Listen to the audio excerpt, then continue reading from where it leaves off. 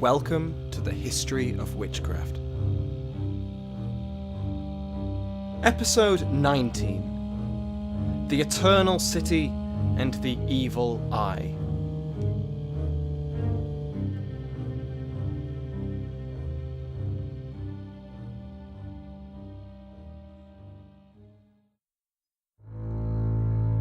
I've seen Canidia myself, wandering barefoot, with her black robe tucked in, and dishevelled hair, howling with the elder Sagana. Pallor making them hideous to view. They scrape at the soil with their nails, then set to tearing a black lamb to bits with their teeth. The blood ran into the trench, so they might summon the souls of the dead, spirits, to give them answers. An excerpt from the Epodes of Quintus Horatius Flaccus. Those who perform, or have performed for them, impious or nocturnal rites for the purposes of enchanting, bewitching, or binding someone, are either crucified or thrown to the beasts. Those who sacrifice human beings, or take auspices with human blood, or pollute a shrine or a temple, are thrown to the beasts, or, if they are of superior rank, executed. Those who are knowledgeable in the art of magic are to receive the supreme penalty, that is, to be thrown to the beasts or crucified. The magicians themselves are burnt alive. No one may possess books on the art of magic, and those found in possession have their property confiscated and their books burnt in public. They are deported to an island or, if of inferior rank, executed.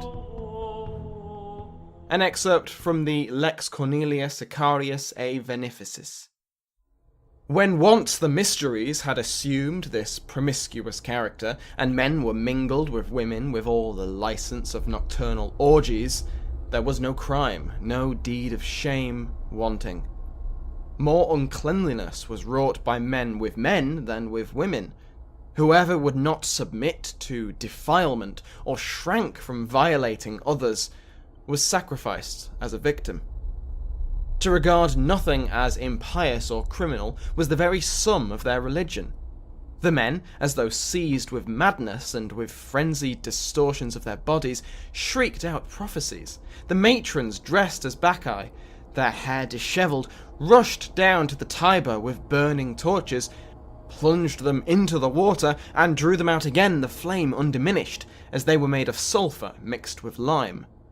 Men were fastened to a machine and hurried off to hidden caves, and they were said to have been rapt away by the gods.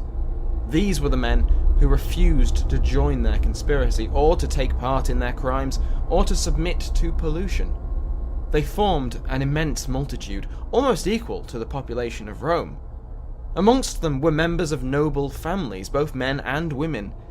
It had been made a rule for the last 2 years that no one more than 20 years old should be initiated. Livy's History of Rome on the Bacchanalia. Welcome back to the History of Witchcraft. Over the last few weeks we have covered some of the earliest civilizations that influenced and developed each other's opinions on magic and sorcery. The Mesopotamians and Egyptians, the Zoroastrian Persians, and the classical Greeks, all having elements that are both alien and familiar to our modern understanding of the magical arts. Today, we will examine the style of such beliefs in, perhaps, the greatest influence on Western civilization as a whole, that of the Eternal City, Rome. Rome's geographical extent from the borders of Scotland in the north to the Sahara Desert in the south, the Atlantic Ocean in the west to the Levant in the east, meant that its influence covered most of Europe, and its longevity and prestige meant that Roman institutions and precedents continued long after the Western Empire had fallen, and the barbarian kingdoms that would become today's nation-states arose. The collapse of Alexander the Great's empire into multiple warring kingdoms coincided with the rise of a new power in the Mediterranean. Like the city-states of the Balkans, this power was based around a single city, which had defeated its neighbours and held hegemony over their peninsula, the Republic of Rome. The Romans had established their dominance over Italy, including the Hellenic colonies in the heel of Sicily, in a series of wars against the Etruscans, Samnites, Celts, and the Greeks themselves, and by 275 BCE the Roman Republic was a formidable force that could not be ignored. Their rival in the Mediterranean, the former Phoenician colony of Carthage, would fight a number of wars with the Romans, before it too would be annexed into the Republic in 146 BCE. While these Punic Wars took place, Rome expanded its influence into the Greek homeland, both through allies and outright annexation, before Augustus properly annexed the peninsula as a whole in 27 BCE. The Roman Empire would continue its expansion until it held dominion over Anatolia, the Levant, and Egypt, first through vassal states and then outright annexation into the empire. These eastern provinces of the empire, highly urbanized in comparison with the west, with centuries, if not millennia, of recorded history, would become the financial, political, and cultural heartland of the Roman Empire. The Romans had always admired Greek culture, exported both from the Greek colonies on the Italian peninsula as well as from the Greek homeland across the Adriatic. The incorporation of Greece into the empire hastened the transfer of the Greeks' philosophic ideas into Roman culture, most directly through the thousands of Greek slaves that were captured during the repeated wars, and who would be highly sought after by patrician families to educate their offspring. It was in the east that the empire would survive the fall of its founding city, lasting for another 1,000 years before finally being snuffed out in 1453. By this time, the people and nobility of the Roman Empire spoke not the Latin of Rome's founders, but Greek. The Greeks may not have been able to stand against the might of Rome's armies, but culturally, the Latin barbarians barely held a candle to their new subjects. The Greeks may have lost their political independence when the Roman legions marched into their cities, but Greek language and culture would come to dominate their conquerors utterly. It isn't for no reason that we refer to the classical Mediterranean as the Greco-Roman world. However, as historian Matthew Dickie notes in his Magic and Magicians in the Greco-Roman World, it is dangerous to assume that either Roman culture was, quote, the products of native Roman genius, or that Rome was little more than an extension of the Greek world. Finding the middle way is somewhat tricky, as we will see. Some of the magical methods used by Romans were almost identical to those in Hellenistic Greece. Curse tablets, known as defictiones in Latin, were common throughout the Roman world, and similarly to the spread of Greek tablets under Diadochi rule, the former lands of the empire are strewn with such artifacts. Their uses are similar to those we saw in episode 17. Often they are attempting to seduce a resistant lover or to smite an opponent. One such curse tablet has been found in modern-day Seville in the south of Spain, which asks the gods of the underworld to cause, quote, the head, heart, mind, health, life, and limbs of a woman called Luxia to be affected by illness. End quote. This tablet was dated to the late 1st century BCE. However, the tablets that have been found are not all as specific nor as malevolent as this. A collection of roughly 130 curse tablets were found at the end of the 1970s in the British city of Bath. Bath is a city founded by the Romans, famous for the quality and number of the Roman baths in the city. We can apparently blame the Anglo-Saxons for this lazy naming, as they called it Badum, which became Bath. The Romans themselves called the city Aqua Sulis, or the Waters of Sulis. Mostly, the curse tablets were meant almost as a magical security system, threatening the intervention of the Romano-British goddess Sulis Minerva upon anyone who stole the clothes and belongings of the bathers. One tablet reads, Docomedes has lost 2 gloves, and asks that the thief responsible should lose their mind and eyes in the goddess's temple. Which seems a little bit harsh. Dickie points out that Latin curse tablets in the Republican period had not, at least at the time of his writing in 2002, been found within the city of Rome itself. He makes the very convincing argument, at least to me, that if the people in the provinces were creating Greek-style curse tablets in the Latin language, how likely is it that the cradle of the empire, where cultural developments were the most influential, had 0 practitioners of this type of magic? The chances are slim. Pliny is of the opinion that most magicians were charlatans, exaggerating their abilities as a means of building renown and turning a profit. Pliny illustrates this with a recount of the Emperor Nero, infamous for supposedly fiddling while Rome burned, who was taught by magicians. And yet, despite having access to the most famous sorcerers and influential books due to his wealth and position, was unable to practice anything that could be considered true magic.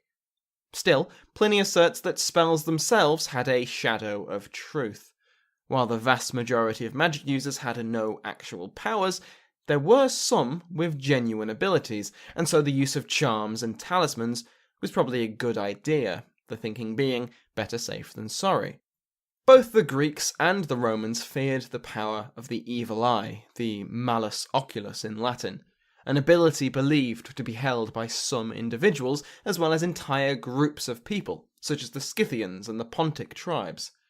This type of curse was transmitted, as the name suggests, through both eye contact between the caster and the victim, as well as just being gazed upon by the possessor of the evil eye. The eye was meant to cause harm and misfortune, and many counter-charms were made purely to ward off the effects of the evil eye, with a notable one being the fascinus. During the Greek episode, I alluded to the evil eye and the novel way that the Greeks and Romans combated its effects. I've since received a few comments from listeners who appreciated the subtle references I made to it. I called it a cock and bull story for one thing, and that whole segment was basically me trying to fit as many penis jokes in as I could, because that is what it was.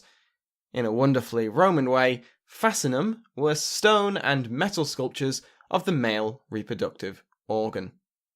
A terracotta figurine dating from the 1st century BCE depicts, and I quote, 2 little phallus men sawing an eyeball in half, end quote. While one particularly graphic mosaic shows, and in a bid to keep this episode fairly clean, I'll use some license with my word choice here, it shows a divine phallus interacting with a disembodied eye in a recreational way.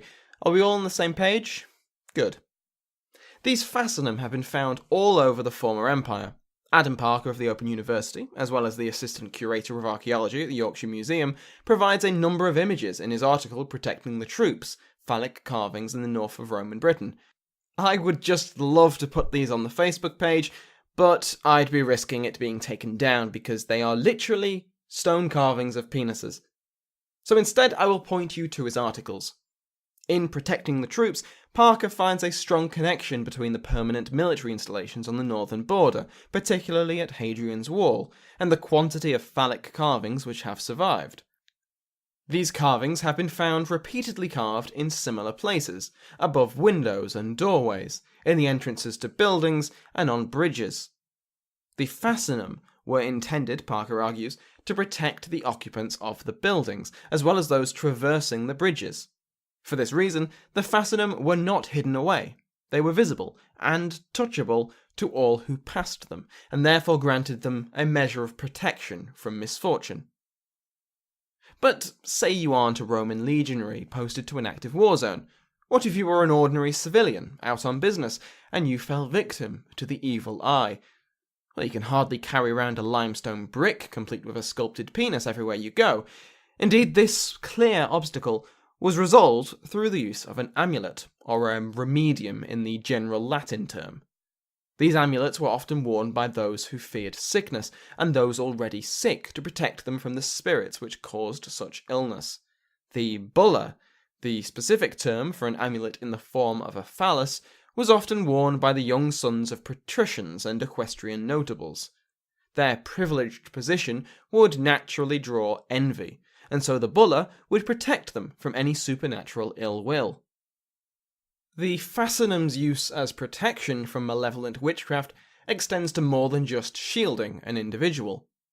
The festival of Parta Liber, a Roman god that shared many similarities with Dionysus, involved, and I quote, an obscene member placed on a little trolley, exhibited with great honour at the crossroads in the countryside, and then conveyed into the city itself, end quote. This act was meant to bless the land to protect the region from disease, as well as making the crops immune to spells cast by foreign witches. If you're wondering why the word fascinum sounds so similar to fascinate, there is a connection. Originally, to be fascinated was to be bewitched by a look from a witch or sorcerer. It seems to have been first recorded in France in the 16th century, with the term evolving to something that holds your attention in the early 19th. There's some debate over what the connection actually is between a Roman word for a device that protects from an evil look and a French word for an evil look. Another parallel to Greek beliefs is the existence of mythological witches. Of course, the Greeks had their own infamous witches, like Circe and Medea, that used their magic and poisons against the heroes of their epic poems. These epics and plays were well known in Rome, at least by the 2nd century BCE, as were Hellenistic treatises by Pythagoras and other wise men on the medicinal uses of plants. The concept of magic and magical arts must have been somewhat known in Rome at this point, and developed its own path. Circe and Medea, while known for their Hellenistic origins, were repurposed in a Roman myth that sought to explain the apparent magical abilities of the Marsi people of the central Apennine Mountains.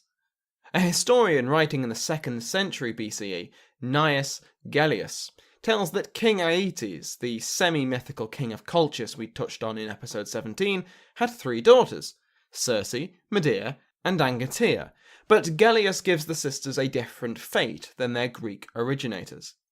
Circe had left her island and settled in the Circean hills, where she continued her potions and illusions. Medea had been buried by Jason of Argonaut fame in the area, and her son ruled the Marsi people, while Angetea lived near the Fucine Lake, where she provided her healing powers to the locals and was worshipped as a goddess because of it. Some of these elements, particularly Circe's new domicile, are referred to in Virgil's Aeneid, but the concept of powerful female magic wielders presented by the sisters was borrowed by the Romans for their own literature. I speak primarily of the characters Canidia and Erecto. Canidia was created by the poet Quintus Horatius Flaccus, often anglicised to Horace, who lived during the reign of Augustus, the first emperor of Rome, although of course he called himself merely Primus Inter Pares, the first of equals, because, Rome is still a republic, guys. Anyway, Horace was the author of a number of satires and poems that dealt with the classic topics of philosophy, love, and politics. As his career progressed and his fame grew, he claimed he could grant immortality to those he praised in his poems, an offer that Augustus himself supposedly took an interest in.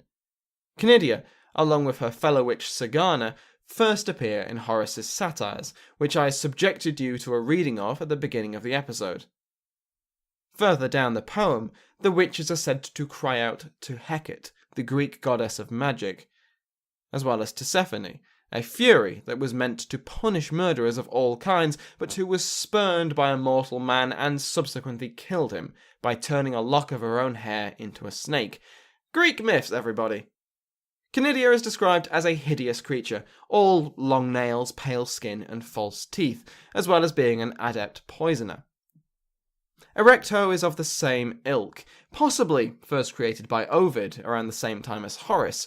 Her character was later fleshed out by Lucan, a century later in his poem, Pharsalia, which describes the civil war of Caesar and Pompey. Erecto dwells near graveyards and battlefields, and uses the bodies from these places in her spells and necromancy. Her very breath was said to be poisonous. She was said to take delight in cannibalism, and was impious to the extreme, never showing due deference to the gods. In the poem, the son of Pompey, Sextus Pompeius, seeks out Erecto in order for her to prophesy the result of the civil war, which, spoiler alert, the Pompeys do not win. The prophecy involves resurrecting a recently deceased but unburied corpse from a recent battle. The corpse is washed and filled with a potion of Erecto's making, the ingredients of which include warm blood and, quote, everything that nature wickedly bears, end quote. And yet, surprisingly, when summoned, the spirit refuses to enter the body. That is, at least, until Erecto threatens to summon, quote, that god at whose dread name earth trembles, end quote. At which point the spirit concedes, enters the body, and gives them news of a civil war in the underworld, as well as the answers Sextus seeks. This fearsome god that Lucan helpfully leaves unnamed has been theorized to have been a number of deities, such as Ahriman, who we spoke of in the Persian episode, as well as the Greek god Hermes and the Abrahamic god Yahweh. These Roman depictions of witches share some similarities with Greek perceptions of magic, as well as having some noteworthy differences. Canidia and Erecto both have connections to Greece, as Canidia worships Hecate, and Erecto is said to hail from Thessalia, the region of Greece known to be steeped in knowledge of sorcery. Canidia is also a prolific poisoner, a practitioner of what the Greeks would call pharmaca. However, the differences appear when one examines the appearances and actions of the Greek and Roman witches. In the plays and epics of Hellenic Greece, Circe and Medea are both astonishingly beautiful women, having power over men by the power of their looks as well as by their magic. In contrast, Horace and Lucan make a point of establishing how abhorrent their witches are. These are not figures depicted as descended from gods, like Circe. I'll put images of paintings of Circe and Erecto on the Facebook page just to highlight the differences in their appearances. Granted, these paintings were made far past the time period we are currently looking at, but they are based on the descriptions in the poems. Circe is the image of a demigoddess, resplendent in her beauty, whereas Erecto is depicted as, for lack of a better phrase, an old hag that's fallen into a sewer. Both Canidia and Erecto are made out not as the seductresses of their Greek forebears, but much more like the stereotypical witch we think of today. Additionally, the actions of Erecto and Canidia are less justified, if that is the correct term, than those of Medea and Circe. True, Circe attempted to imprison Odysseus by turning him and his crew into animals, and Medea murdered an innocent girl and her own children, but in the Homeric epics this is fairly par for the course. Medea had been abandoned and humiliated by her husband, was being cast out of the city, and wanted revenge. Circe was a Greek goddess. Interfering with mortals was their bread and butter. The witches of Lucan and Horace were more evil in the context of their stories. Both are shown to be necromancers, magicians who held power over the dead, something considered sacrilege in many cultures. Canidia, along with Sagana, summon the spirits to answer their questions through blood sacrifice, and unleash demonic hellhounds and snakes in the process. Erecto literally breathes death, and is said to have had the ability to raise entire armies of the dead to support the cause of Pompey Magnus. These are not tragic figures like Medea, nor capricious but not malicious like Circe, since even after the attempted imprisonment, Odysseus happily hangs around for a year and gives her 3 kids, so she can't have been that bad. Canidia and Erecto are presented with no redeemable qualities, and are simply shown to be as evil as possible. Now, obviously this is all just extrapolated from a few poems written by only a couple of writers, so of course on their own they do not give us a full picture of Roman views of witchcraft. Maybe these characters were simply that, characters, written to give their audiences a villain that everyone could get behind disliking. In terms of the checklist of how to be a bad person, Erecto is pretty much just missing kick a puppy and be a member of House Bolton. She's a character that audiences would love to hate, but that doesn't mean that those same audiences would believe witches like her existed. However, we must assume that these traits were somewhat well known to the Roman public, as legal codes and precedents show just how seriously the threat of witchcraft was taken. As Dickie puts it, quote, magicians in the Roman world did not enjoy complete freedom of action. There were 3 forms of constraint that the community imposed on them. There was the danger of being prosecuted for magic under the law. Then there were the police actions the authorities might take at any given time to eliminate magic workers from their midst, either executing them or expelling them. Finally, there were spontaneous actions on the part of the populace to drive out a known or suspected magician who was felt to be a threat to the well-being of the community. Some of the oldest Roman laws were the 12 Tables, a set of law codes that were intended to be equally applied to both patrician and plebeian, rich and poor, a sort of common law for Rome. The tables covered the most important aspects of ancient life: inheritance, taxes, land rights, marriage, religion, and the punishment of crimes. As you can probably guess, because I'm bringing it up, and also I read it out at the beginning of today's episode, the tables deal with witchcraft. One of the offences listed under the 8th table was to cast, or have someone else cast, a spell on another person, with the punishment being death. Likewise, the 7th table states that using magic to either harm or steal crops and livestock was a capital crime. As mentioned previously, crops were such a valuable and vulnerable target of witchcraft that entire festivals were celebrated by the Romans to try and protect them from magic. The tables appear to have been consulted well into the 1st millennium, although the noted orator and scholar Cicero, writing in the 1st century BCE, lamented how few people knew them by heart at this point. There was also a tendency for Roman writers to assume that any law that seemed to have an archaic flavour must have originated from the tables, and was retroactively added. Along with the 12 tables, individual laws were enacted to deal with the threat of witchcraft. The Roman statesman and dictator Sulla decreed the Lex Cornelia de Sicarias a Veneficis, a law that expanded the crimes that would result in expulsion or execution. Along with mundane topics such as murder and carrying weapons within the city with intent to harm, the law made it illegal to purchase, supply, or use various drugs that could be used in acts of witchcraft and poisoning, as well as committing magical acts in particular. This included acts that we would consider medical, such as circumcision, castration, and abortion, with some exceptions in effect for those who could prove medical or religious motive. Dickie refers to a case where a man was accused of harnessing magic and taken to court. Furius Cressimus was a freedman, possibly originating from a Greek-speaking region, who had incurred the hostility and envy of his neighbours after his harvest was substantially larger than theirs. His neighbours formally accused Cressimus of using magic to attract the bounty of his neighbours to his plot. The potential punishment was, oddly enough, not execution, but either way, Cressimus was indeed furious. In order to prove his innocence, the freedman had all the hands of his household carry all of his equipment into the forum.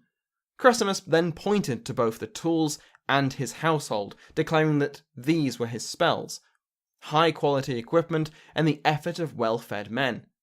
What he could not bring into the city as evidence were the night watchmen he'd posted, the midnight oil he'd burnt, or the sweat he expended in growing his bounty. In other words, I grew more than my neighbours because I put the effort and money in, and they didn't. He was acquitted. While the authenticity of this account is questionable, it does highlight the tensions that we have seen cause witchcraft trials previously.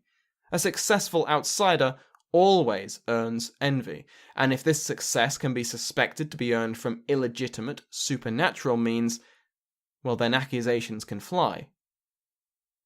While the authenticity of the case of Furius Cressimus is suspect, there are a few cases of prosecutions for the use of magic which appear to have occurred. One was during the reign of Tiberius in the year 23 or 24 AD, for a woman named as Numantina, accused of making her former husband go insane through incantations and spells. She was most likely charged under the Lex Cornelia. Her ex-husband, Plautius Silvanus, had been a praetor, a position of significant standing. He had thrown his new wife either down a flight of stairs or out of a window, killing her. When questioned, he stuck to his story that his wife had taken her own life, despite there being multiple family members and servants who witnessed him murder her. They all claimed that Plautius appeared to be sleepwalking, or otherwise under the effect of a spell. Tiberius himself intervened in the case, visiting the crime scene personally, and noting that there was substantial evidence of a struggle. But the case never went to trial. Plautius opened his veins with a dagger, possibly on the urging of the emperor himself to avoid a scandal. Lamentina was acquitted of the charge, yet nevertheless the fact that she had been accused in the first place reveals certain ideas about what a spurned Roman woman was believed capable of. Livy, in his History of Rome, describes multiple hysterical moral panics on par with the later early modern witch hunts. Almost 200 women were executed in the 4th century BCE, while an enormous 5,000 people were condemned to death in the first half of the 2nd century. The events Livy records bear striking similarities to the descriptions of witch covens in the early modern period. Immoral sexual congress, blood sacrifice, debauchery, murders by blade and poisoning. The meetings were not the early modern sabbats that took place on moors and in isolated places, though. This was the Bacchanalia, a previously legitimate festival which had, by Livy's argument, been corrupted by influences from Etruria, a region to the north of Rome itself. This Bacchanalia took place multiple times a month and was accompanied by music and dancing. Livy states that the music was used to drown out the noise of the activities taking place. Again, according to Livy, this mystery cult was revealed to the authorities by a son fleeing his mother, who sought to initiate him into the group by having sex with him. And the ensuing panic led to parents denouncing their children, children denouncing their parents, and husbands killing their wives.